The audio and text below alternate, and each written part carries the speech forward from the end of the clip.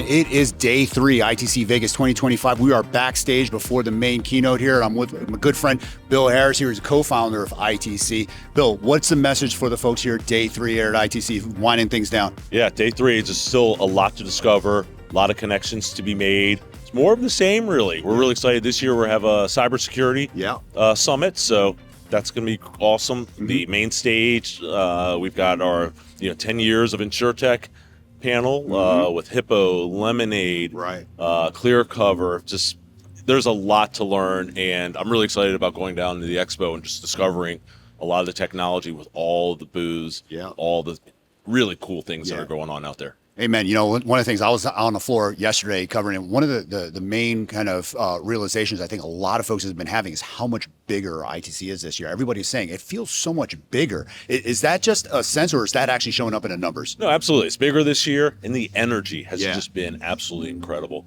So, with everything going around, again, I call it AITC a little bit. All the discussions around AI, agentic AI, again, cyber. There's just so much. There's so much communication, mind share about how are we applying it? What are we getting in terms of the outputs? What are we learning? Jesse Cole was great yesterday. Tim Sweeney from Liberty Mutual was fantastic with McKinsey. A lot of stuff being learned, and just a lot of excitement. The energy is unreal. It really is. 100%. I'm looking forward to Contessa today. So. Oh yeah, Contessa's going to be fantastic. That conversation is really going to be good. Fantastic. I'm really looking forward. But yeah, ITC, it's the world's largest gathering of insurance innovation.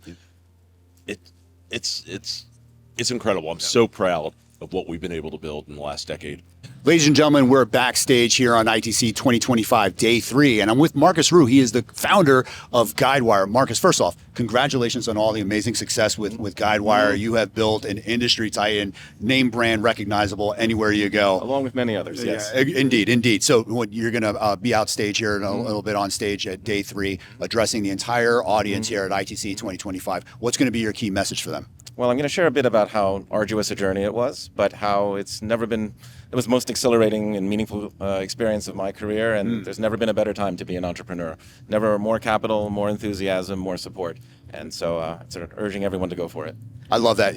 Something you just said is kind of interesting. I'm thinking about, kind of what it's like to be an entrepreneur now in 2025 with the availability of so much technology versus when you started. What does that difference look like to you? Well, there's always trade-offs. So some things are easier, some things were harder. Capital was very scarce in my era, but it was less competitive in some senses. And so now you have incredible, talented people all starting their own thing. And if you're a young, brilliant, AI engineer, you have a million choices of where to go. And so that's a different frontier than what I had to confront. But there were different challenges. Yeah, different challenges. If you were to think about kind of like the one key opportunity you think about from an insurance technology perspective, the application of the kind of the next generation, what would you say that looks like? Is that in the underwriting, distribution, claim space? Where do you think that room is? I think every facet of insurance is going to be positively, constructively influenced by AI.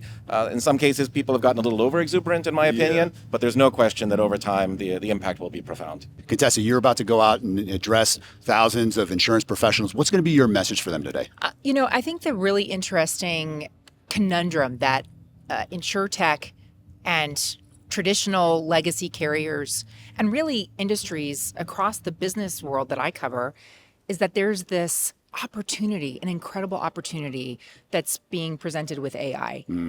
There are also incredible challenges. Right. Is it an existential threat, or is it just an opportunity and being able to harness it, or is it some combination of the two? Right. And I think what's interesting for me, what I'm interested in learning as a journalist on stage and from the conversations I'm having at ITC is how insurance is employing that, how you're harnessing it, and how you're addressing the potential pitfalls. That's fascinating. Let me ask you this question, Contessa. In your time kind of covering the industry, I get the sense, I want to know if you share the same, that there's been an acceleration of innovation over here the past couple of years. I've been a former CIO. I feel like it's so slow. Started to get actually a little bit disenchanted, but now I feel like there's so much energy. Are you seeing that same lift? Yeah, I think what's interesting is we've gone from telematics to AI-assisted telematics to, what's next? It is evolving so rapidly that I don't think the regulators can keep up. It's a very difficult job for regulators to keep up. And the other thing is the way that it makes insurance more profitable is also a potential pitfall. Because remember, if you're talking about a legacy carrier and they're posting publicly profits that are breaking records every quarter, the regulators look at it. They're not looking at your underwriting results and oh my gosh, there was this massive catastrophe, but you made money on your invested assets. They're just looking at the headlines, the X company makes record profits again. And that's a potential PR problem. It's you hit on something. And I actually spoke to Andrew Mays yesterday, the commissioner of Connecticut yesterday, about this topic, about the industry needing to do something in terms of the black eye that the industry gets for those profits. I mean, people forget that we're a for-profit industry. Is there something you feel like as an industry we can be doing better to actually communicate the messaging of what insurance is? I mean, if you look at the trust that people have in insurance, it's about the same as the trust in the news media, right? Yeah. And it's necessary, it's essential for the functioning of modern capitalist system. Right. The business world cannot function without insurance. So do you have to solve the PR problem? I don't know how. I'm not an expert about that. I can see the potential danger. There's something there. Maya, you are about to go out and address thousands of insurance professionals here at day 3. No pressure at all. What's going to be your key message? I think it's really exciting being here 10 years after the ITC was founded, but also the InsurTech kind of industry and phenomena was founded. And Lemonade is so proud to be founded at the exact same year, 2015. We're also celebrating 10 years of innovation and walking around these halls and seeing the amount of innovation that is happening across the board and the adoption of AI, which is something that we've talked about 10 years ago. And people really didn't fully understand, I think, what we were talking about 10 years ago, is really moving and exciting for us. Yep. And I think we're just getting started. I think what we've seen in the past year is that companies who have understood this and have built the right infrastructure that is going to enable you to fully monetize the innovation and disruption that is happening right now, are going to see dramatic efficiency. Lemonade in the past few years have doubled our top line. Yep.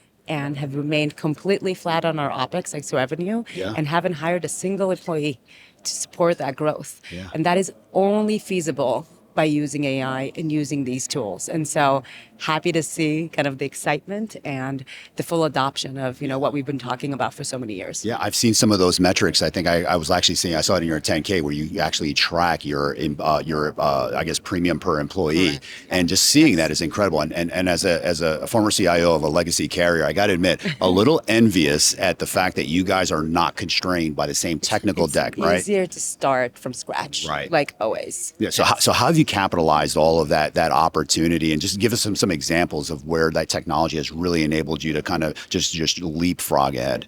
I think what's really special about Lemonade is that it's everywhere. Yeah. There isn't a corner in our company that is not being looked at in terms of how can we do this better and how can we utilize AI to make it more efficient.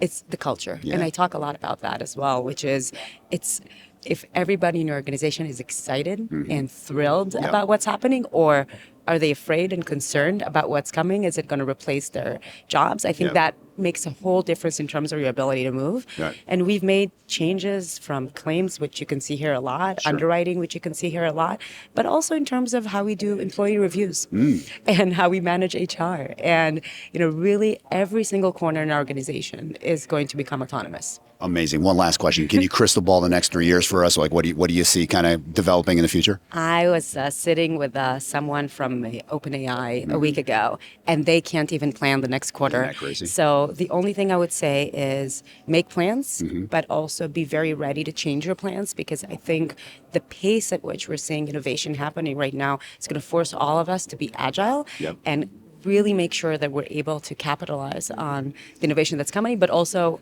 be okay with plans changing, because things are moving at a really rapid pace right now. Amen. Agility is key. Grace, you're about to address a couple thousand people here in the insurance industry. Give us an idea of what it is that you're going to offer today. Yeah, well, I'm going to talk about Elysian, which is an AI native TPA, but how we built our own ground-up technology to really enable human adjusters to do their jobs really well in a complex world of commercial claims. I love it. And we've had this conversation in the past, the incredible advantage that you guys have building from the ground up, starting with technology at the foundation. Talk a little bit about how that advantage actually materializes for you guys. Yeah, well, we really focused on contextualizing the information in a way that we could then have automation emerge naturally from that. And that's proving to be a game changer for our adjusters, for our customers. And in fact, it's its own exciting product, which is the ability to see what's going on in a claim and the quality. And I think that's a problem our industry has been facing for a long time, is how the quality of claims adjusting is deteriorating in the face of a lot of environmental forces, right? Yeah, and how do we keep the humans, if you will, involved? How do we keep them involved, and how do we keep them confident that technology is not going to overtake this whole thing and take it to a different direction, that perhaps regulators become uncomfortable with the industry? What's going to be the mechanism, the protection for that? Yeah, well, what we do is we really are engaging our adjusters in the journey, and they're really excited about it because they know we're building for them the way they think and the way they work. And it's just like when you use Claude, isn't it more interesting when you put your own input and you give your own little special spin to it? And so that's the way we're working internally at Elysian. I love it. And it gives me the opportunity to focus more on the creative aspect, or what I'm actually good at doing, rather than the administrative. Is that the concept of it? Absolutely. Yeah. I mean, adjusters have their own special magic, and they each bring a different kind of magic, but they get dragged down by actually the challenges of the job itself and the sheer bulk of work they have to do. So we're trying to take some of that away and make it easier and make them have a bit of fun along the way, you know? I love it. Grace, thanks so much for taking time with me again. I always love talking with you.